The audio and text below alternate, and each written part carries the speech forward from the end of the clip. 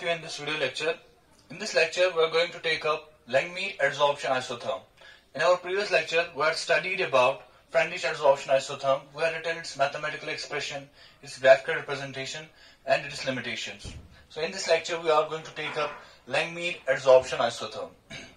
Langmuir put forward an adsorption isotherm on theoretical considerations based on kinetic molecular theory of gases. Langmuir का जो adsorption isotherm था, it was merely based on assumptions and theoretical considerations, but based on kinetic molecular theory of gases. So we need to first look for all the assumptions that Langmuir took for this adsorption isotherm. तो उन assumptions को बेटा हम सीखेंगे. So number first, I will take assumptions. Assumptions, or we may write postulates. Assumptions or postulates of Langmuir adsorption isotherm. देखो बेटा इसके assumptions क्या है? If you consider this as the surface of an adsorbent, you consider this as an adsorbent. ये हमारे पास एक adsorbent है और ये इसकी बेटा surface है. Langmuir adsorption isotherm क्या कहता है?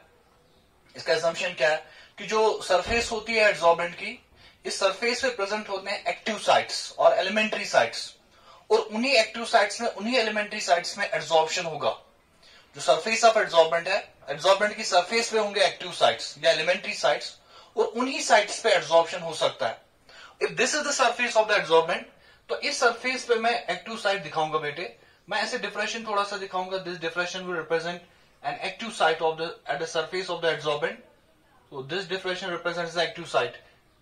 ये दिखाता है बेटे active site on the surface of adsorbent. इस एक्टिव साइट में क्या होगा बेटा? अगर बाहर से आपके पास एडसॉर्बेट है, this is the gas, this adsorbate, ये आपके पास एडसॉर्बेंट है. This is one active site. एक एक्टिव साइट पे एक ही, ओनली वन एडसॉर्बेट यहां पे एडसॉर्ब हो सकता है. Each active site can accommodate और होल्ड और एडसॉर्ब ओनली वन एटम और मॉलिक्यूल ऑफ द एडसॉर्बेट. एडसॉर्बेट का एक ही पार्टिकल इस एक्टिव साइट में आ सकता है, only one particle. This assumption number 1. So you write this point number 1, that is the surface of adsorbent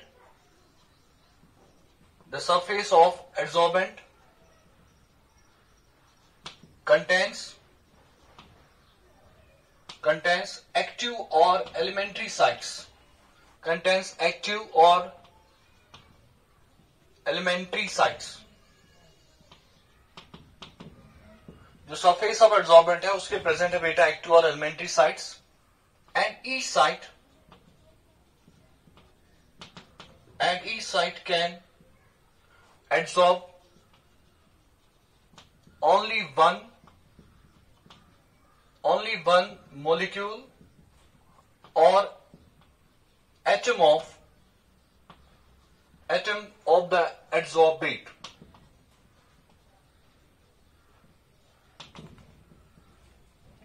एक साइट पे केवल और एक ही एडसॉर्बेट का पार्टिकल आ सकता है. You consider this as the adsorbate particle which is adsorbed on the active site. These are the adsorbate particles. इनको मैं बोलूंगा बेटा occupied sites. Now these are occupied. अब ये वाले दो जो मैं यहाँ पे छोड़े, these are unoccupied sites. This point number 1. Point number 2. जो सारे बेटा ये active sites on the surface of the adsorbent, all these active sites, these are equivalent. हम बोलते हैं बेटा जो सरफेस होती है, Langmuir क्या एज्यूम करता है, the surface of the solar adsorbent is homogeneous. Homogeneous means कि ये जो एक्टिव साइट्स होते हैं, all of them are equivalent. You can not distinguish between active sites, all of them are same. Number second, ये जो adsorbed particles होंगे on the surface of the adsorbent, adsorbed particles, इनकी जो energies होंगे, the energies are same. तो मैं कहूंगा कि द सरफेस ऑफ एडसॉर्बेंट जो होगी, इट इज एनर्जेटिकली यूनिफॉर्म. इन पार्टिकल्स की जो एनर्जी होगी, वो एनर्जी भी सेम होगी on the surface of adsorbent. So point number second is the surface of एडसॉर्बेंट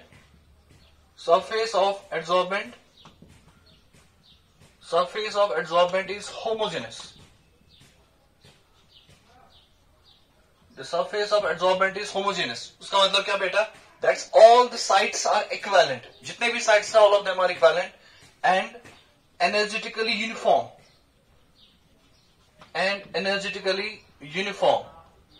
और अगर energetically देखोगे, all the sites are uniform. which means the energy of the adsorbed particles on the surface is same. Number 3 point is इनके बीच में adsorbed particles के बीच में इनके बीच में कोई भी इंटरेक्शन नहीं होगा. There is no interaction between the adsorbed particles of the gas. जो गैस का particle absorber on the surface, इनके बीच में जो इंटरेक्शन होगा, दैट इंटरेक्शन इज जीरो. ना तो वो अट्रैक्ट करेंगे ना तो वो रिपेल करेंगे, विच मीन्स ये टाइप ऑफ एब्जॉर्प्शन जो होगा, it will be an ideal type of absorption. In ideal type of absorption we assume that the adsorbed particles do not interact with each other. So we'll write number 3 point. Adsorbed particles do not interact with each other. Do not interact with each other. जो adsorbed particles हैं वो आपस में एक दूसरे के साथ interaction नहीं कर रहे हैं, thus it represents an ideal type of adsorption. This is number 3 point. Number 4,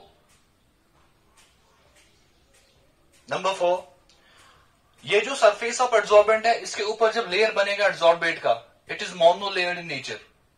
adsorbent के ऊपर जब सरफेस जब एड्सॉर्बेंट की सरफेस पे ऊपर आएगा एड्सॉर्बेट, तब वो जो एक पूरी लेयर बनाएगा, दैट लेयर इज मोनोलेयर. वो एक, that is one molecule thing, one atom thing.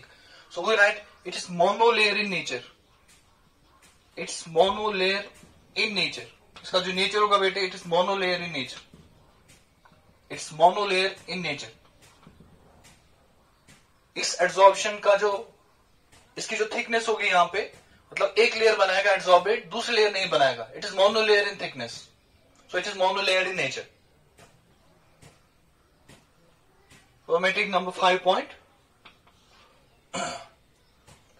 Number 5 point is, ये जो एड्सॉर्बेट होगा on the surface of adsorbent, ये जब यहां पे एड्सॉर्ब होगा बेटे, when this adsorbate gets adsorbed, ये एड्सॉर्बेट पार्टिकल जो होगा, it can not move on the surface of the adsorbent. Once it gets adsorbed, it becomes localised. इट कैन नॉट wander from one place to the another place. Thus we refer to this adsorption as a localized type of adsorption. इस adsorption को हम बेटा बोलेंगे localized type of adsorption. Since this particle, the adsorbed particle, cannot move from one place to the another place, this is another assumption of Langmuir adsorption isotherm. So we write the adsorption is localized. Adsorption is, जो इसमें adsorption होगा बेटा, that's localized. जो adsorption यहां पे होगा, this adsorption is localized in nature, which means the particles at the surface, adsorbed particles, cannot move from one place to another place. There is no interaction between the particles. So then we say that this adsorption is localized. This is number 5 point. And number last point. Last point क्या इसका बेटे? Last point is this. Next point is कि जो adsorption phenomenon है, it involves two processes taking place simultaneously. There is a dynamic equilibrium between two types of opposing processes. One is adsorption, another is desorption. There exists a dynamic equilibrium between the two. So we write, if we have a gas, this is adsorbate plus this is solid, this will act as an adsorbent. This gas will get adsorbed on the solid. When it gets adsorbed on the solid, the process will be termed as adsorption. इसको मैं लिखूंगा बेटा adsorption. I will write gas interface on solid, gas adsorbed on solid. अब एक phenomenon हो रहा है adsorption, इसका reverse phenomenon भी होगा, that's called a desorption. Langmuir मान रहा है कि adsorption is a reversible phenomenon, monolayer in nature. अब इसमें दो process involve हो रहे हैं opposing, one is adsorption and the other is desorption. Adsorption का जो constant होगा, rate constant we write at K1, उसको मैं K1 लिखूंगा. Desorption का जो rate constant होगा, उसको हम लिखेंगे बेटा K2. This is K1 for forward process, this is K2 for backward process. So this is Langmuir adsorption isotherm assumptions. इनके यही है बेटा. इन assumptions को हमें दिमाग में रख के हमें इसका mathematical expression भी निकालना है. So number first point जो आपने सीखा बेटा, आपने first point सीखा active sites के बारे में. सरफेस पे होंगे active sites. एक्टिव साइड पे एक ही एड्सॉर्ब होगा, एक ही पार्टिकल. नंबर सेकंड आपने सुना कि जो सरफेस ऑफ एड्सॉर्बेंट होगा, it is homogeneous and it is energetically uniform. Number 3 point आपने सुना बेटे, कि जो गैस मॉलिक्यूल एब्जॉर्ब होते हैं ऑन द सरफेस या एटम्स जो होते हैं उनके बीच में कोई इंटरेक्शन नहीं होता है. It is an ideal type of absorption. ये एक आइडियल एब्जॉर्प्शन है. नंबर 4 आपने बेटा सीखा कि जो एब्जॉर्प्शन है it is monolayer in nature. Monolayer है इसका नेचर. एंड नंबर 5 आपने सीखा बेटा जो एब्जॉर्प्शन है it is localised. Absorption is localised. और एब्जॉर्प्शन में दो प्रोसेस इन्वॉल्व होंगे, opposing process. One is absorption, another is desorption. Gas absorb भी हो रहा है, डिसॉर्ब भी हो रहा है. And there is a time where equilibrium is established जहां पे रेट ऑफ एब्जॉर्प्शन किसके बराबर होगा, रेट ऑफ डिसॉर्प्शन. हम इसको ऐसे रिप्रेजेंट करते हैं. These are the assumptions of Langmuir absorption isotherm. Now we will look for its mathematical expression. हम इसकी मैथमेटिकल एक्सप्रेशन को देखना चाहेंगे. इसके लिए हम करेंगे derivation of Langmuir absorption isotherm. तो वो हम बेटा लिखेंगे derivation of Langmuir absorption isotherm. इसका बेटा हम डेरिवेशन देखेंगे. अब डेरिवेशन कैसे देखेंगे हम, अब बेटा इसको समझो अच्छे से. यहां पे जो सरफेस पे total number of active sites है, सरफेस पे for a given amount of absorbent जितने भी एक्टिव साइट्स होंगे उन एक्टिव साइट्स को मैं लिखूंगा let the total number of active sites, let the total number of active sites, let the total number of active sites is equal to n. जो total number of active sites है इसकी surface पे, वो total number of active sites जो उनका जो number है that's equal to n. The total number of active sites is n on the surface of the adsorbent. अब देख लो बेटा, अगर total number of active sites n है, अब इसमें से हमने कुछ साइट्स को रखा है विच आर ऑक्यूपाइड, जिन पे एब्जॉर्प्शन हुआ है. There are some sites which are unoccupied. अब टोटल में से कितने साइट्स ऑक्यूपाइड है, टोटल नंबर ऑफ साइट्स में से कितने साइट्स का फ्रैक्शन ऑक्यूपाइड है. Let the fraction of sites which are occupied, जो ऑक्यूपाइड है उन ऑक्यूपाइड साइट्स की फ्रैक्शन को मैं लिखूंगा theta. So I will write let theta is the fraction of, let theta is the fraction of occupied sites, occupied sites. इसमें से जो ऑक्यूपाइड साइट्स है उसको मैं बेटा लिख रहा हूं theta. Fraction of occupied sites, fraction. मैं नंबर नहीं लिख रहा हूं बेटा, यहां नंबर मैंने नहीं लिखा है. It is not the number of sites which are occupied, नहीं, it is the fraction of sites which are occupied. Number की मैं बात नहीं कर रहा हूं. अब मैं क्या लिखूंगा बेटा, ये जो थीटा होगा it is the fraction of sites occupied. तो क्या हम ऐसे लिख सकते हैं बेटा, theta is equal sites occupied, कितने साइट्स ऑक्यूपाई हुए हैं, डिवाइड बाय टोटल साइट्स. वही तो निकलेगा ना बेटा fraction. Theta is the fraction of sites occupied. Fraction means कितने occupied out of the total number of sites. So वही हमने लिखा sites occupied divide by total sites. So can I write theta is equal, what is the sites occupied. मैं ऐसे लिखूंगा, हमें नहीं पता अभी साइट्स ऑक्यूपाइड कितने हैं. We write sites occupied divide by what is the total number of sites. Total number of sites is n. तो कैन आई राइट, इस n को मैं थीटा के साथ मल्टीप्लाई कर लूं. अगर इस थीटा और n का मल्टीप्लीकेशन आप करोगे you will get sites occupied. So I will right sites occupied. अब ये जो साइट्स ऑक्यूपाइड है इट गिव्स द नंबर, कितने साइट्स ऑक्यूपाइड है, और number of sites occupied it's equal n theta. n theta किसका आंसर देगा बेटा, n theta gives the number of sites which are actually occupied. Theta दिखा रहा है कि कितना फ्रैक्शन ऑक्यूपाइड है, फ्रैक्शन. लेकिन ये क्या दिखाता है बेटा n theta, it shows total में से कितने साइट्स ऑक्यूपाइड है. उस टोटल का नंबर आप निकाल सकते हैं from n theta, this number of sites occupied. अब मुझे बताओ, जितने साइट्स ऑक्यूपाई ज्यादा हुए होंगे बेटा, यहां पे जितने साइट्स ऑक्यूपाई ज्यादा होंगे उतना एक्सटेंट ऑफ एब्जॉर्प्शन ज्यादा होगा या उतना एक्सटेंट ऑफ एब्जॉर्प्शन कम होगा. जितने साइट्स ऑक्यूपाई ज्यादा हुए हैं इसका मतलब एब्जॉर्प्शन ज्यादा हुआ. जितना एब्जॉर्प्शन ज्यादा हुआ उतना ही साइट्स ऑक्यूपाई ज्यादा हुए तो एब्जॉर्प्शन भी ज्यादा हुआ. सो उतना n थीटा का वैल्यू जो होगा वो भी ज्यादा हुआ. So greater the value of sites occupied greater is the extent of absorption. अब बेटा मुझे बताओ, ये तो हो गए साइट्स ऑक्यूपाइड. अब मुझे बेटा इसका आंसर बताओ, what about the unoccupied sites. जो साइट्स अनऑक्यूपाइड है उनका जो नंबर होगा वो कितना होगा. What about that? ये तो आपने निकाला sites occupied. We will calculate number of unoccupied sites. अभी आपने निकाला बेटा ऑक्युपाइड साइट्स कितने हैं. अब हम क्या निकाल रहे हैं, कितने अनऑक्युपाइड साइट्स है. Unoccupied sites would be equal to total sites minus number of occupied sites. Total sites minus number of occupied sites. बताइए बेटा, नंबर ऑफ अनऑक्युपाइड साइट्स, कितने अनऑक्युपाइड साइट्स होंगे. जो टोटल साइट्स है आपके पास, आप उसमें से माइनस कर रहे हैं नंबर ऑफ अनऑक्युपाइड साइट्स. अब बताइए टोटल साइट्स कितने आपके पास बेटा. That's equal to n. So total sites is n minus what is the number of occupied sites. Occupied sites is equal to n theta. So you write n minus n theta. N minus n theta will give the number of unoccupied sites. और हमें represent this as n हम common निकालेंगे. We write n minus n into 1 minus theta. This n into 1 minus theta gives the number of unoccupied sites. N theta gives number of occupied sites. N 1 minus theta gives number of unoccupied sites. Number of unoccupied sites. तो बेटा आपने निकाला कि इसमें occupied sites कितने होंगे. Total number is n.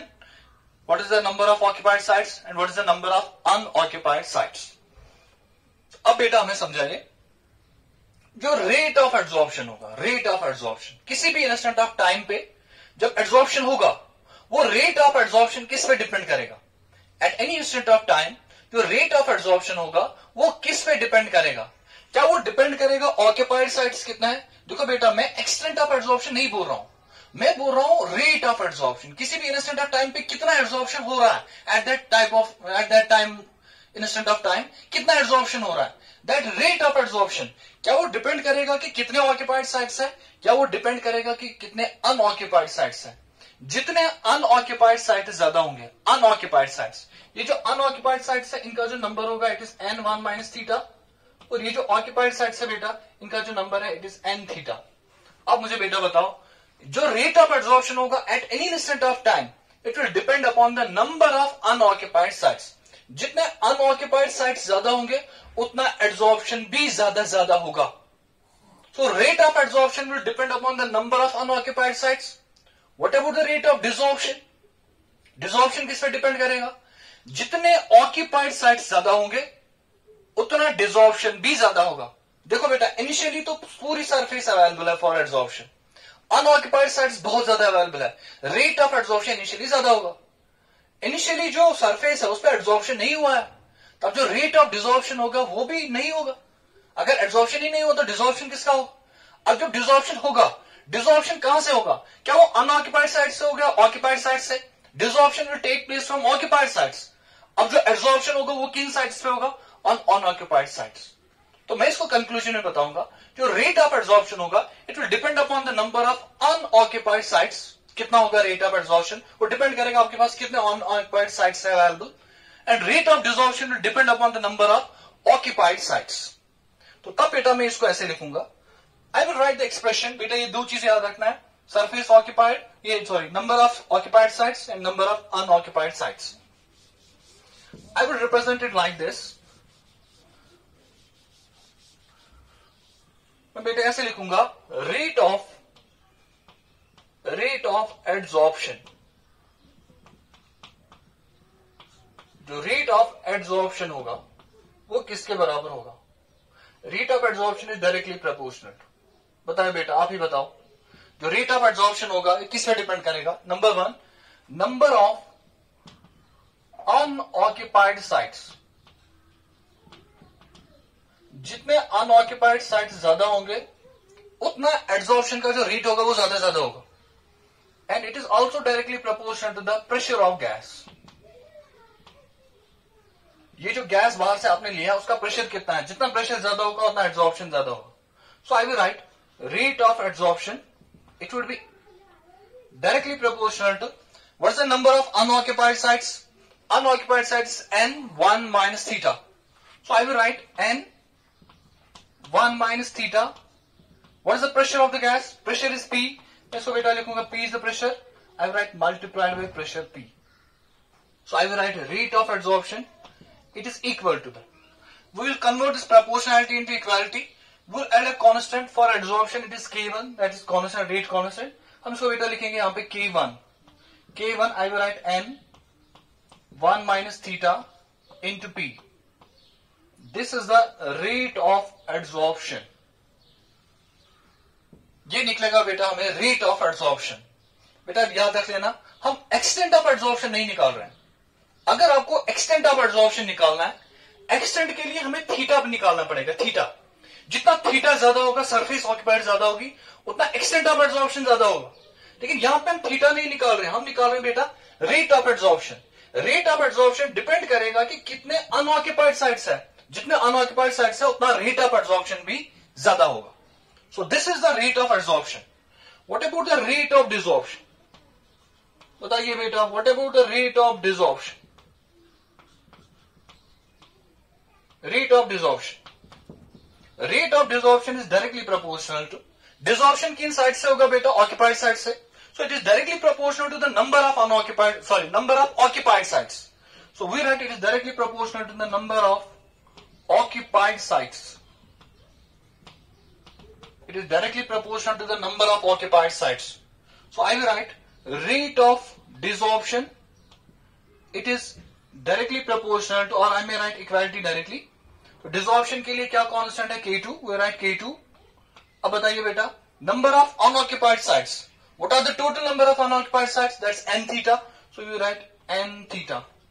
This gives the rate of desorption. So we have two equations, one for rate of adsorption, another for rate of desorption. तो हमने rate of adsorption भी निकाला, rate of desorption भी निकाला. तो बेटा बताइए, if you know rate of adsorption, if you know rate of desorption, अगर इस adsorption phenomenon equilibrium आएगा, what will happen at the equilibrium stage? Equilibrium stage में क्या होगा बेटा? जो rate of adsorption होगा, rate of adsorption, it will become equal to the rate of desorption.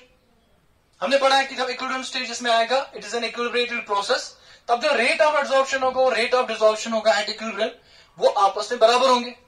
तब ये rate of adsorption और ये rate of desorption आपस में बराबर होंगे. We can equate them at equilibrium stage.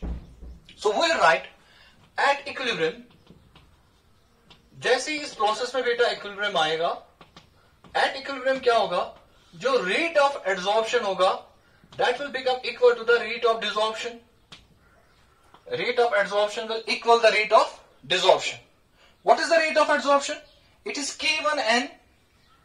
It is K1 N 1 minus theta into P, which would be equal to K1 N 1 minus theta into P. It would be equal to K2 N theta. It is K2 N theta.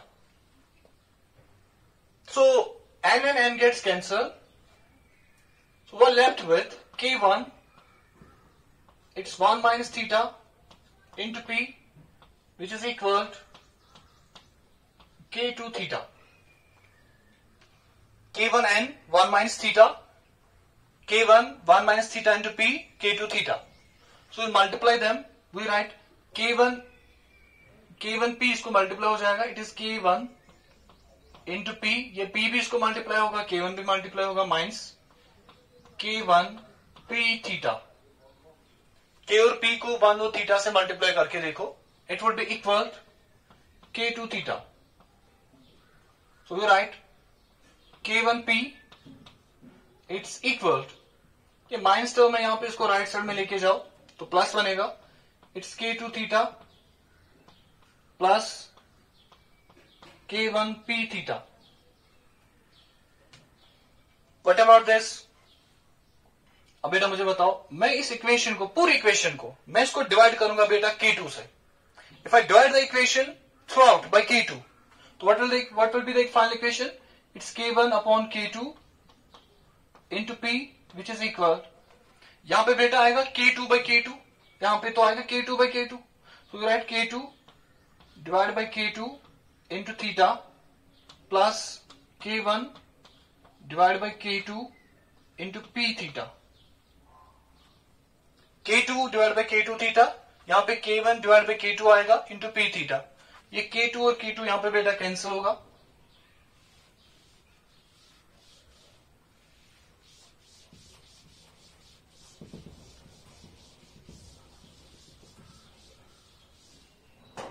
अब अगर ये cancel होगा what will the equation remain, K1 by K2, K1 upon K2 into P which is equal, यहां पे केवल बेटा theta ही बचेगा, सो हम लिखेंगे थीटा, फिर क्या आएगा बेटा plus K1 upon K2 P theta. यहां पे हमने क्या किया, K1 K2 P, सिर्फ इसको कैंसिल किया K2 और K2, तो वहां पे बचेगा K1 K2 P थीटा। अब बेटा बताइए, यहां से थीटा, यहां से भी थीटा, हम थीटा कॉमन निकालेंगे, we write K1 upon K2 P it's equal to theta, यहां पे क्या बचेगा बेटा 1 plus K1 upon K2, K1 upon K2 we write P।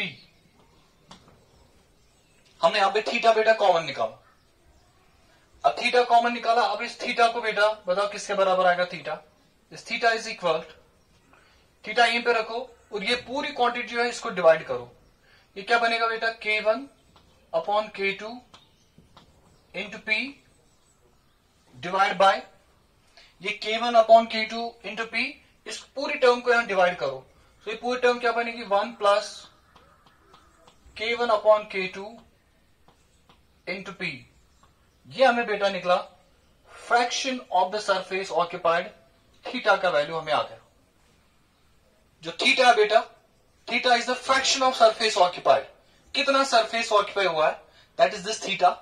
तो थीटा का वैल्यू कितना आ गया, K1 upon K2 into P, 1 plus K1 upon K2 into P, this is theta, and theta is the fraction of surface occupied. इसको मैं लिखूंगा बेटा, theta क्या हमने पहले ही लिखा था बेटा, फ्रैक्शन ऑफ सरफेस ऑक्यूपाइड, कितनी सरफेस ऑक्यूपाई हो रही है, जितना सरफेस ज्यादा ऑक्यूपाई हो रहा है उतना एक्सटेंट ऑफ एब्जॉर्प्शन ज्यादा हुआ है। तो कैन आई से बेटा कि जो एक्सटेंट ऑफ एब्जॉर्प्शन होगा, extent of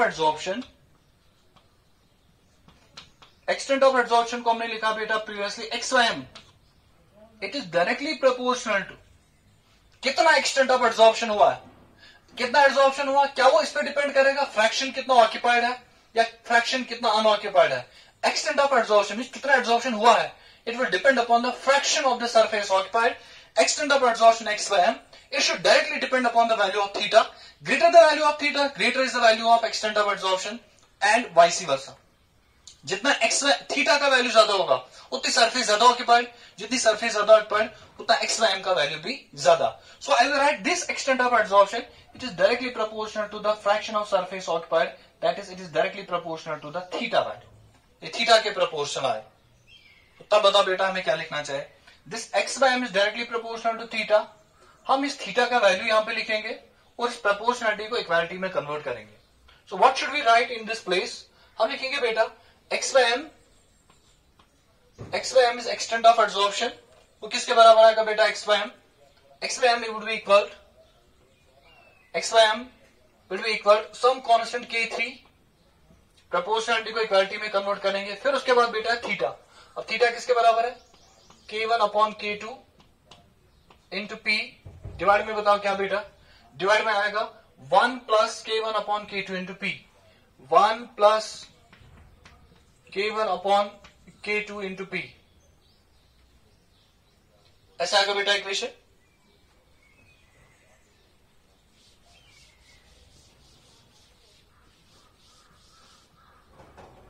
So we can write this equation as, ये जो x by m होगा बेटा, x by m would be equal, K3 is a constant, K1 is a constant, K2 is a constant, अगर इन तीनों का हम लेंगे टोटल में, इन दोनों का रेशो इस K3 को मल्टीप्लाई करेंगे, तीनों बेटा कॉन्स्टेंट्स है, multiplication of all the three constants will be again a constant, उस कॉन्स्टेंट को हम बेटा लिखते हैं इट इज A, इस कॉन्स्टेंट को A लिखते हैं, दिस इज A, फिर आएगा बेटा P, डिवाइड में क्या आएगा बेटा 1 प्लस, अब बेटा बताओ K1 upon K2, K1 is a constant, K2 is a constant, इन दोनों का जो रेशियो होगा दैट्स अगेन अ कांस्टेंट, उस कांस्टेंट को हम लिखते हैं बेटा b, मल्टीप्लाई लिखेंगे p. This equation is termed as Langmuir adsorption isotherm. इसको हम बेटा बोलते हैं this is Langmuir adsorption isotherm. This is Langmuir adsorption isotherm. X by m is equal इन तीनों का जो मल्टीपल, इन दोनों का ratio multiplied by K3, that would be a constant that is A, और K1 अपॉन K2 का जो वैल्यू होगा that's again a constant that's equal to B. So we write x by m it is equal to A into P divide by 1 plus B into P. This equation is termed as Langmuir adsorption isotherm. अब इसमें जो बेटा A and B है, A and B, these are called Langmuir parameters. Langmuir parameters. These are called Langmuir parameters. जो A और B है बेटा, इनको हम बोलते हैं Langmuir parameters. A and B are called Langmuir parameters. बेटा यहां तक बात समझ में आए, इक्वेशन अच्छे से समझ आए कैसे डिराइव करना है. This is Langmuir adsorption isotherm. अब देख लो बेटा, I will take case number 1. At low pressure.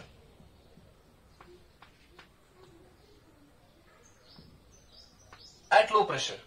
अगर आपने गैस का प्रेशर लेस लिया हुआ at low pressures, what will happen at low pressures? अगर प्रेशर बेटा आपने कम लिया, इस इक्वेशन को अच्छे से देखो. अगर आपने प्रेशर कम लिया हुआ है, प्रेशर का वैल्यू बहुत ही कम है, अगर ये प्रेशर का वैल्यू कम है, इसको B से मल्टीप्लाई करो, प्रेशर कम है तो B इंटू पी भी कम ही होगा. सो 1 प्लस B इंटू पी. अगर प्रेशर बहुत कम है तो इस टर्म का जो वैल्यू होगा वो भी बहुत कम होगा. सो 1 प्लस B इंटू पी वो किसके बराबर आएगा? वो तो अप्रोक्सीमेटली 1 के बराबर ही आएगा. सो अगर प्रेशर लो है बेटा 1 plus B into P, it would be approximately equal to 1. At low pressures 1 plus B into P is approximately equal to 1. 1 plus B into P 1 के बराबर आएगा. क्या मैं बेटा तब लिख सकता हूं x by m it is equal to A into P. So we write x by m वो किसके बराबर आएगा बेटा? A into P. लेकिन this condition would be satisfied at low pressures.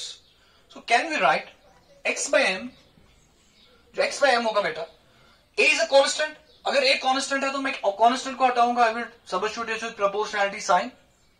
मैं लिखूंगा x by m is directly proportional to p. P के ऊपर जो पावर होगा that power is equal to 1. This will happen at low pressures.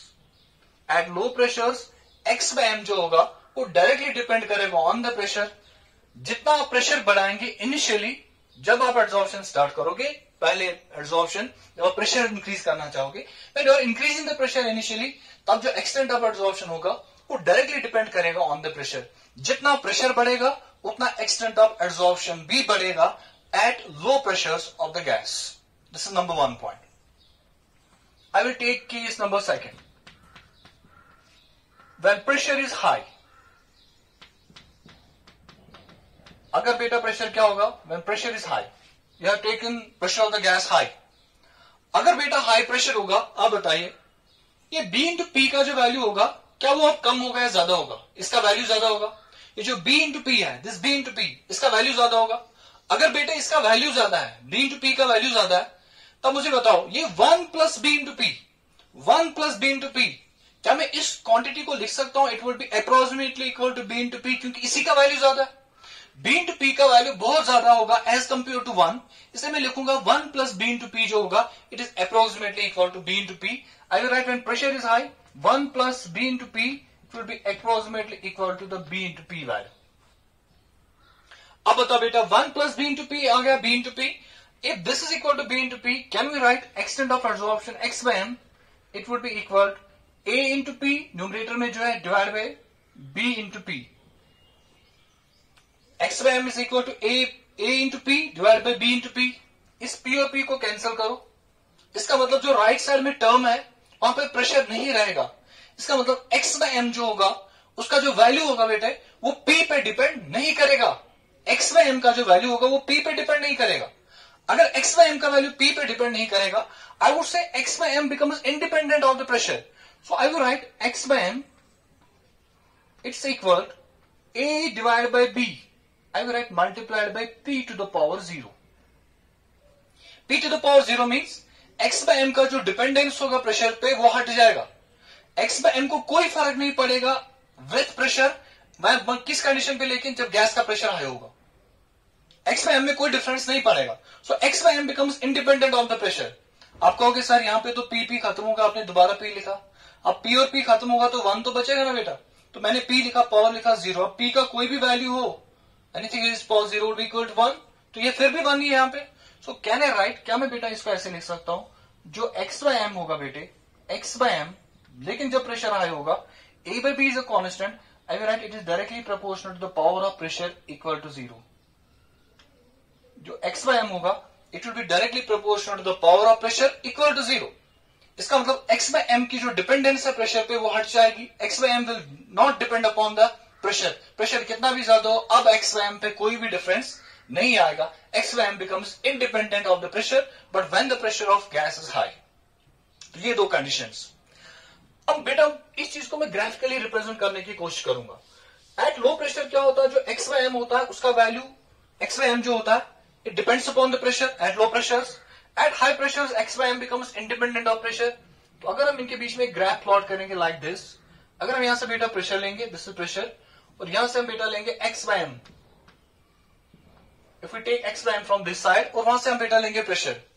अब बताएं low pressure पे क्या हो रहा है, जितना प्रेशर बढ़ाओगे x by m भी बढ़ेगा. तो अगर आप प्रेशर बढ़ा रहे हैं तो x by m भी बढ़ेगा. ऐसे आप प्रेशर बढ़ा रहे हैं x by m भी बढ़ेगा. But what about at high pressures, high pressures पे जितना प्रेशर ज्यादा बढ़ाओगे x by m की डिपेंडेंस खत्म हो जाएगी नॉन प्रेशर. तो तब जो ग्राफ बनेगा, क्या मैं इस ग्राफ को ऐसे दिखा सकता हूं बेटे, this graph would look like this. ये ग्राफ कुछ ऐसा दिखना चाहिए. अगर आप लो प्रेशर लोगे in this low pressure range, जो x by m होगा बेटे, x by m will depend upon the power of pressure equal to 1 at low pressure. ये मान लो बेटा यहां तक, this is low pressure range. अब ये ग्रे वाला जो प्रेशर है बेटा, देखो यहां से स्ट्रेट लाइन जा रहा है. अब यहां से हम क्या देखेंगे बेटा, यहां से जो x by m होगा यहां पे, x by m it becomes independent of pressure. x by m depends upon the power of pressure equal to 1 at low pressures. x by m depends upon the power of pressure equal to 0 at high pressures. Low pressures पे it will follow first order kinetics. High pressures पे it will follow zero order kinetics. But what about the intermediate range of pressures? इस intermediate range of pressure में बेटा मुझे समझाओ, जो x by m होगा, क्या x by m का वैल्यू जो होगा क्या वो p पे डिपेंड करेगा या नहीं डिपेंड करेगा? I would say x by m will definitely depend upon the value of p, क्योंकि जितना आप p का वैल्यू बढ़ा रहे हैं, you are increasing the value of p. अगर आप p का वैल्यू बढ़ा रहे हैं, उसकी वजह से जो एक्सटेंट ऑफ एब्जॉर्प्शन है वो भी बढ़ रहा है. ऑल्दो उतना नहीं, स्टीपली नहीं बढ़ रहा है, लेकिन it increase. x by m की वैल्यू बढ़ रही है, ऊपर जा रहा है ग्राफ. तो अगर x by m का वैल्यू बढ़ रहा है, which means x by m का जो वैल्यू होगा it will depend upon the pressure. लेकिन क्या ये ऐसे डिपेंडेंस दिखाता है? नहीं दिखाता है. क्या ऐसे डिपेंडेंस दिखाता है? नहीं दिखाता है. सो आई वुड से जो x by m होगा उसका जो वैल्यू होगा it will depend upon the power of pressure whose value lies between 1 and 0. जिसका वैल्यू 0 और 1 के बीच में फॉल होगा उसको हम लिखते हैं x by m will depend upon the power of pressure equal to 1 by n. लेकिन इसमें एक कंडीशन है बेटा, n का जो वैल्यू होना चाहिए it should be greater than 1. n की जो वैल्यू होनी चाहिए वो ग्रेटर देन 1 होनी चाहिए. तब जो p का पावर आएगा, power will fall between 0 and 1. इसके लिए कंडीशन लिखेंगे हम बेटा.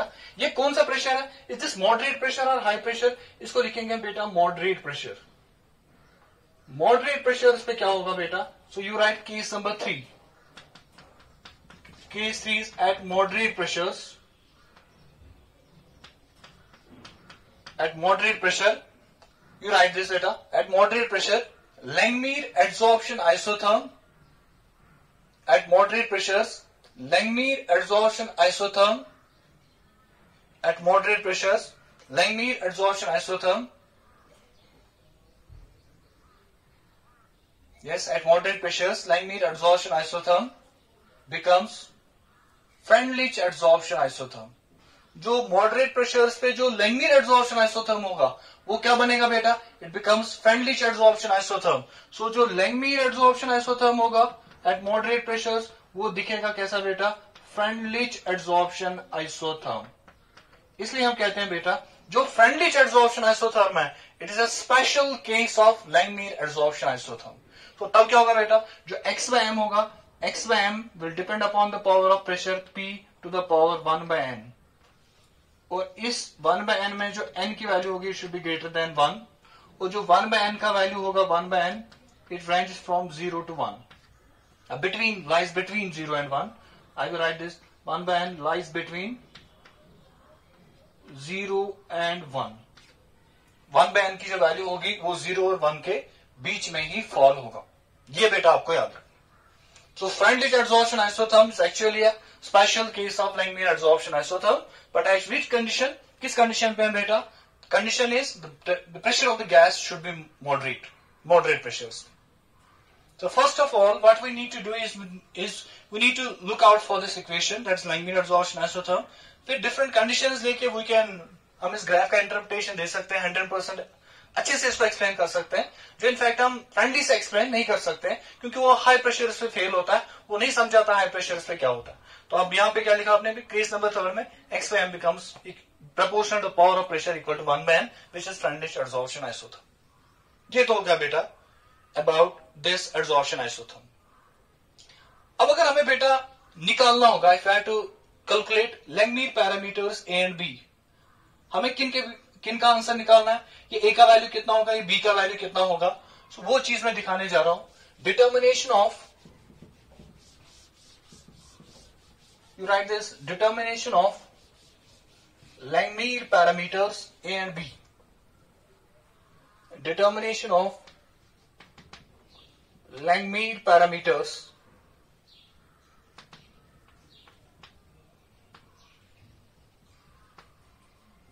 A and B.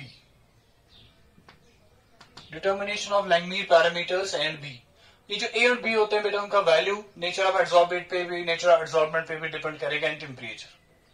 Determination of Langmuir parameters A and B. हम क्या लेंगे बेटा, हमारे पास जो Langmuir adsorption isotherm है, that's x by m, it is equal to A into P upon 1 plus B into P. हम इस इक्वेशन का रेसिप्रोकल लेंगे, we'll take it as reciprocal.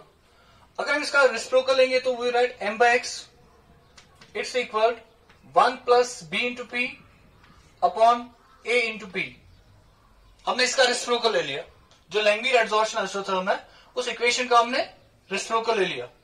So you write m by x, it's equal, पता बेटा यहाँ पे क्या आएगा, 1, ये AP जो है ये 1 को भी डिवाइड है, B into P को भी डिवाइड है. So you write 1 upon AP, 1 upon AP plus B into P upon A into P. M by x is equal to 1 upon A into P plus B into P upon A into P. So you write m by x, it's equal to 1 upon A, P और P यहाँ पे cancel होगा, into 1 upon P plus B upon A. ये हमें बेटा एक equation मिलेगा, ये एक इक्वेशन है हमारे पास, and this equation is an equation of a straight line. This is y is equal to m into x plus c. अब बताओ बेटा, क्या हम इस इक्वेशन को ग्राफिकली प्लॉट कर सकते हैं? यस. तो ग्राफ कैसा आएगा, स्ट्रेट लाइन ही आएगा. तो यहां से हम लेंगे बेटा 1 by p, और यहां से बेटा हम लेंगे m by x. We take m by x. अब बताओ बेटा, इस ग्राफ का जो स्लोप होगा किसके बराबर होगा, 1 by a. वो स्ट्रेट लाइन ग्राफ होगा, this is straight line graph. इसका जो स्लोप होगा बेटे, that will be equal to tan theta, which is equal to 1 upon a. यह है बेटा इसका slope. What about it is intercept, इसका जो इंटरसेप्ट होगा, it's intercept would be equal to b upon a. Intercept किसके बराबर आएगा बेटा, b upon a. This would be its intercept. M by x versus 1 by p. So slope किसके बराबर आएगा, tan theta और 1 upon a. Intercept would be equal to b upon a. अब बेटा इस ग्राफ को आप अच्छे से देखो, इसमें आपको a की वैल्यू निकालनी है. इस ग्राफ का आपको स्लोप पता होगा, जब आप ग्राफ प्लॉट करोगे you can calculate the slope from theta angle value लेना है. यहां से स्टार्ट करो, एनीवेयर थीटा ले लो बेटा. थीटा की वैल्यू जब आप निकालोगे तो आपको आएगा tan theta is slope, slope is equal to 1 by a. तब बता ए की वैल्यू किसके बराबर आएगी बेटा, ए का वैल्यू क्या आएगा, what is the value of A, tan theta यहां पे ले लो, ए यहां पे ले लो, it is A is equal to 1 by tan theta, या ए यहां पे ले लो, स्लोप को यहां पे ले लो और 1 by slope. So can I write जो ए का वैल्यू होगा बेटा it is equal to 1 upon tan theta और it is equal to 1 upon slope. Inverse of tan theta और इनवर्स ऑफ स्लोप आएगा ए वैल्यू. अगर यहां से आपने बेटा ए वैल्यू निकाला, दिस ए वैल्यू, अब यहां से आप बी निकाल सकते हैं. अगर आपको ए का वैल्यू पता है, आपको इंटरसेप्ट भी पता है फ्रॉम द ग्राफ, जो भी इंटरसेप्ट होगा वो आप निकालोगे यहां से, दिस द इंटरसेप्ट. इंटरसेप्ट आपने निकाला, ए की वैल्यू आपने यहां से निकाली, आप बी निकाल सकते हैं. सो बी किसके बराबर आएगा, B is equal to A into intercept,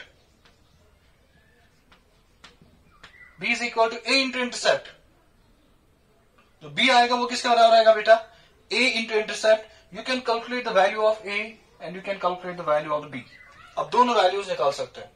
both A and B can be calculated from this graph, इस ग्राफ को प्लॉट करके. This is how you determine A and B. आप ए एंड बी निकाल सकते हैं, बट ये formula बेटा तब एप्लीकेबल है, this formula is applicable if you plot for m by x versus 1 by p. तब ये दो फॉर्मूलाज आप अप्लाई कर सकते हैं. हम और एक ग्राफ भी इसमें बना सकते हैं बेटा, अनदर टाइप ऑफ ग्राफ, उससे भी हम निकाल सकते हैं A and B.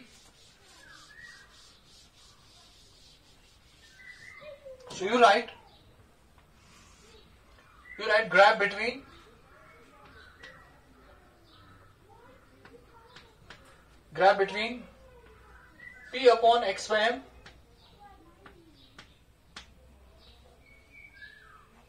p upon x by m versus p upon x by m versus p. ये और एक ग्राफ है जिससे हम निकाल सकते हैं. So what is Standish adsorption isotherm? It's x by m, it is equal to ap divided by 1 plus b into p. So we may write x by m, it is equal a into p divided by 1 plus b into p. अब मतलब बेटा ये जो p है ना यहाँ पे, this p, ये मल्टीप्लाई में है तो यहाँ पे डिवाइड में आ सकता है, इसको यहाँ ले जाओ डिवाइड में. So can I write x by m divided by p? ये x by m है, ये p है यहाँ पे बेटा, इस p को यहाँ पे डिवाइड लाओ तो x by m divide by p it is equal a divide by 1 plus b into p. ऐसे बनेगा. सो you right x by m.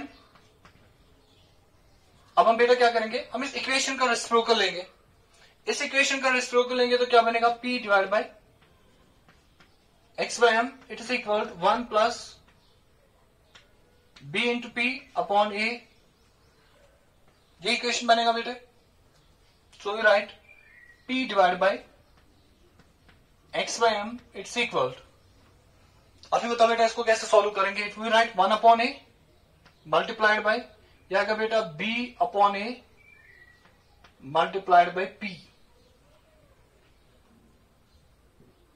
यहां पे देख लो बेटा, it is b into P by ए, वो b by a into p हुआ.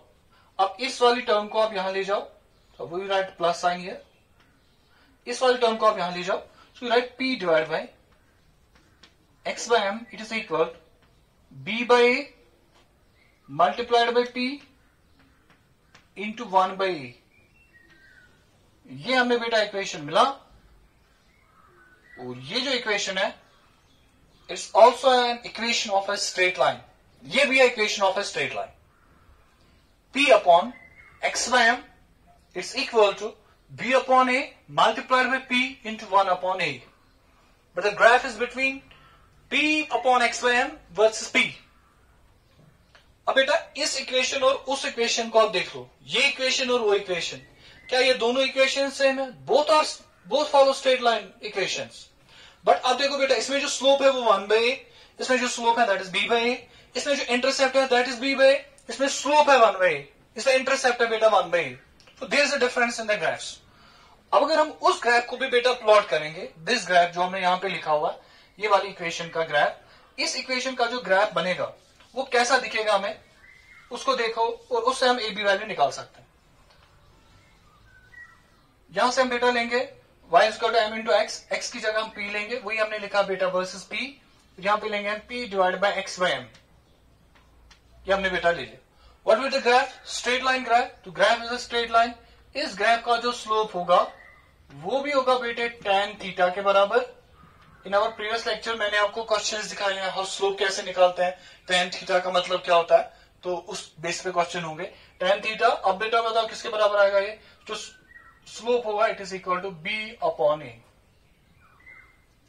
Slope तो आ गया इसके बराबर, but what about the intercept? Intercept would be equal 1 upon A. Intercept is 1 upon A. अब यहाँ पे इस वाली इक्वेशन में देख लेना बेटा, वहां पे 1 अपॉन ए था, यहाँ पे स्लोप, और b अपॉन ए था इंटरसेप्ट, लेकिन यहाँ पे चेंज हो गया, यहाँ पे b अपॉन ए बनेगा स्लोप एंड 1 अपॉन ए क्या बनेगा, इंटरसेप्ट। अब पहले इसमें क्या निकालोगे बेटा, देखो इसमें बेटा तीन चीजें हैं, एक तो tan थीटा, स्लोप a और b। आपको स्लोप तो पता चलेगा, a भी पता नहीं चलेगा, तो आप क्या करेंगे, आप पहले a वैल्यू निकालेंगे इंटरसेप्ट से। अब बताओ बेटा a वैल्यू किसके बराबर आएगा, a value would be equal to 1 upon a, यहां ले जाओ इंटरसेप्ट, यहां ले जाओ intercept, a would be equal to 1 upon intercept. बताओ बेटा आप खुद ही b किसके बराबर आएगा फिर, अगर a का वैल्यू है 1 अपॉन इंटरसेप्ट, बताओ बेटा b का वैल्यू किसके बराबर आएगा, a इंटू स्लोप, b का जो वैल्यू होगा a इंटू स्लोप या a into tan theta, so we write a into slope, या किसके बराबर होगा b value, a into tan theta. इससे आप निकाल सकते हैं a एंड b के वैल्यूज। a आएगा 1 अपॉन इंटरसेप्ट, जो b आएगा it is a into slope और a into tan theta. So this is all about Langmuir adsorption isotherm. ये बेटा डिटेल याद रखना, and this is the concept in which Friendlich and Langmuir adsorption isotherm, most of the questions that are being asked from adsorption part of the chapter in entrance exams and in fact in board exams, they have been asked from this very stuff, that is Friendlich and Langmuir adsorption isotherm.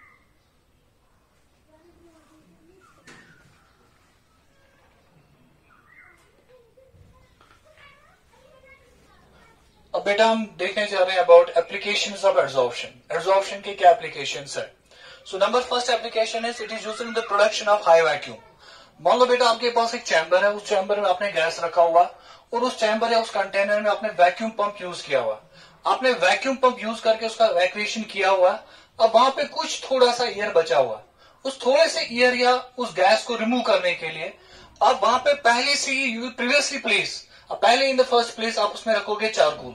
वो charcoal क्या करेगा, जो उसमें बचा हुआ gas होगा उसको absorb करेगा, उसकी वजह से आप क्रिएट कर सकते हैं high vacuum, you can create high vacuum. So number 1 application. Number second, gas mask. जो बेटा माइंस होते हैं, जहां पे माइनिंग करते हैं वहां पे पॉइजनस गैस निकलते हैं, इंडस्ट्रीज में निकलते हैं पॉइजनस गैस, वहां पे जो वर्कर्स यूज करते हैं गैस मास्क, उस गैस मास्क में लगा होता है एक्टिवेटेड चारकोल। वो जो चारकोल होता है that's acts as an absorbent, वो क्या करता है, वो उन पॉइजनस गैस को एब्जॉर्ब करता है on its surface. So that is in gas mask. Number 3, control of humidity. अब जो इलेक्ट्रॉनिक गैजेट्स आते हैं बेटा, उन इलेक्ट्रॉनिक गैजेट्स में छोटे छोटे पैकेट्स लगे होते हैं ऑफ सिलिका जेल, वो क्या करते हैं, वो पैकेट्स वो वहां पे ह्यूमिडिटी को कंट्रोल करते हैं, it absorbs the moisture from the atmosphere, so it controls the humidity. तो वैसे आप यूज कर सकते हैं। Removal of colouring matter from solutions. मैंने आपको बेटा previously in the first lecture एक एग्जांपल दिया था, अगर आपके पास रॉ शुगर है, raw sugar is brown in colour, आप उसका सोल्यूशन बना वो भी ब्राउन ही दिखेगा। अब उसमें आप बेटा चारकोल डाल दो, अगर आपने उसमें चारकोल डाल दिया उस brown colour solution of raw sugar, उसमें क्या होगा, वो जो सोल्यूशन बनेगा जब उसकी फिल्ट्रेशन करोगे आप, फिल्ट्रेशन करके आप देखोगे वो सोल्यूशन जो होगा इट विल गेट डीकलराइज्ड, उसमें कलर नहीं रहेगा, वही कहते हैं removal of colouring matter from solutions. Solutions में जो सोल्यूट होगा उसमें कलर होता है या डाई की वजह से होगा, वो डाई एब्जॉर्ब कर लेता है दैट एब्जॉर्बेंट। सो इसका एक एप्लीकेशन है। Number next is heterogeneous catalysis. इस चैप्टर में आगे जाके हमें नेक्स्ट पोर्शन जो लेना है दैट इज कैटालिसिस, उसमें बेटा सीखेंगे हेटेरोजेनस कैटालिसिस। मैं एक एग्जांपल बताऊंगा। अगर आपको बेटा अमोनिया बनाना होगा, अमोनिया गैस, आप कैसे बनाते हो अमोनिया गैस, उसके लिए एक प्रोसेस आता है दैट्स कॉल्ड हैबर्स प्रोसेस। उस हैबर्स प्रोसेस में हम क्या करते हैं, हम लेते हैं अमोनिया गैस, हम लेते हैं हाइड्रोजन गैस, उन दोनों गैसेस का रिएक्शन करवाते हैं on an iron surface, iron की सरफेस पे रिएक्शन करवाते हैं। अमोनिया बनाते हैं गैस हाइड्रोजन और नाइट्रोजन से, लेकिन जिस सरफेस पे रिएक्शन करवाते हैं that surface iron, that is a solid material. अगर आप देखोगे जो गैसेस है, जो रिएक्टेंट्स है आपके पास, वो जो गैसेस है उनका जो फेज है दैट इज गैसियस फेज। जो आपके पास कैटलिस्ट है, कैटलिस्ट क्या है बेटा, it is in solid phase, we call such a reaction as heterogeneous catalysis. इस कैटालिस्ट को आयरन कौन बोलेंगे? Heterogeneous catalyst. इस हेट्रोजीनियस कैटालिस्ट में हम क्या करते हैं, जो नाइट्रोजन एंड हाइड्रोजन है वो रिएक्शन करते हैं on the surface of catalyst, इसको बोलते हैं हेट्रोजीनियस कैटलिस्ट। हेट्रोजीनियस कैटलिस्ट में ये जो हाइड्रोजन है, ये जो नाइट्रोजन है, वो पहले उस सरफेस पे, आयरन की सरफेस पे एडसॉर्ब होता है। तो वहां पे हम यूज करते हैं adsorption phenomena to carry out a chemical reaction, उसको बोलते हैं heterogeneous catalyst. Number next is separation of inert gas. आपको पता है बेटे, इनर्ट गैसेस जो होता है उनकी केमिकल रिएक्टिविटी बहुत कम होती है, they are difficult to separate by chemical methods, लेकिन उनमें डिफरेंस है with respect to their adsorption, extent of adsorption. We can exploit the differences in their adsorption. वो एक्सप्लॉइट करके हम उन इनर्ट गैसेस का सेपरेशन कर सकते हैं। नंबर नेक्स्ट, इन क्यूरिंग डिजीज। देखो बेटा, क्या बहुत सारे ड्रग्स ऐसे होते हैं जो जर्म्स को पहले बॉडी में अपनी ओर अट्रैक्ट करके एब्जॉर्ब करते हैं सरफेस पे, फिर जब सरफेस पे उनका एब्जॉर्प्शन होगा, एब्जॉर्प्शन के बाद उनको दे किल दैट जर्म्स, वो उन जर्म्स को किल करते हैं। सो डिजीज क्योर करने में भी एब्जॉर्प्शन का एक अहम रोल होता है। Some drugs they absorb the germs on their surface and kill them, उनको किल करते हैं। और एक प्रोसेस बेटा फ्लोटेशन प्रोसेस, हमारा जो इनफैक्ट नेक्स्ट चैप्टर होगा दैट इज मेटलर्जी, उसमें हम सीखेंगे बेटा Frost flotation process. Frost flotation process में हम, जो आपने सुना होगा बेटा, और पाइन ऑयल डालते हैं, वाटर और ओर का पल्वराइज्ड ओर डालते हैं, फिर उसको शेक करके वहां पे वेटेबिलिटी में डिफरेंस होने की वजह से वहां पे सेपरेशन करते हैं हम, उस प्रोसेस को कहते हैं Frost flotation process. Frost flotation process में जो फिनोमेनन एक्चुअली यूज करते हैं दैट फिनोमेनन इज एडसॉर्प्शन, वहां पे एडसॉर्प्शन होता है। उसके बाद और एक चीज बेटा, एडसॉर्प्शन इंडिकेटर्स। एडसॉर्प्शन इंडिकेटर्स क्या होता है? कुछ ऐसे मटेरियल्स होते हैं जो सोल्यूशन में से कलरिंग मैटर को अपनी ओर एब्जॉर्ब करते हैं। और अगर आपने पढ़ा होगा टाइट्रेशन के बारे में कहीं पे, तो अगर हम एब्जॉर्प्शन इंडिकेटर लेते हैं, अगर आपको एंड पॉइंट पता करना होगा एब्जॉर्प्शन इंडिकेटर के थ्रू, एंड पॉइंट पता करना होगा, तो वो हम पता कर सकते हैं। आपने सुना होगा बेटा डाइस्कियोसिन, फ्लोरेसिन, वो एक कलर दिखाते हैं एट द एंड पॉइंट, जब वो एब्जॉर्ब होते हैं मटेरियल पे, हम उसका एंड पॉइंट देख सकते हैं। वो एक कैरेक्टरिस्टिक कलर दिखाते हैं एट द एंड पॉइंट जब उन पे एब्जॉर्ब होगा। Last is chromatographic analysis. जो क्रोमेटोग्राफिक एनालिसिस है, इसमें हम क्या करते हैं, we separate different components of a mixture. फिर उनमें कलर हो या ना हो, दैट्स नॉट अ कंडीशन, तो हम एक मिक्सचर के कंपोनेंट्स को अलग अलग कर सकते हैं। This is separation technique. एक सेपरेशन टेक्निक है क्रोमेटोग्राफी, इसको हम बोलते हैं क्रोमेटोग्राफिक एनालिसिस। इस क्रोमेटोग्राफिक एनालिसिस का जो बेसिक जो इसका मैकेनिज्म है, that mechanism is adsorption phenomenon. वो बेटा है एडसॉर्प्शन फिनोमेनन। तो these are the applications of adsorption. इन एप्लीकेशंस को बेटा याद रख लेना। एप्लीकेशन पार्ट में से क्वेश्चन पूछा गया इन एंट्रेंस एग्जाम्स, तो वो चीज आप याद रखोगे। तो these are the applications of adsorption. And with this, we end this adsorption part of the chapter. And in our next lecture, we are going to the catalysis part of the chapter, and then the third part, that's the colloidal part of the chapter. So I'll be coming with the next lecture will be about catalysis. इसमें catalyst के बारे में हमें पढ़ना है. What are different types of catalysis क्या होते हैं? Homogeneous catalyst, heterogeneous catalyst. What are the mechanism in homogeneous and heterogeneous catalyst? We'll be dealing with that in the next chapter. Till then, Allah Hafiz. Allah आपको कामयाब करेगी. अस्सलाम वालेकुम.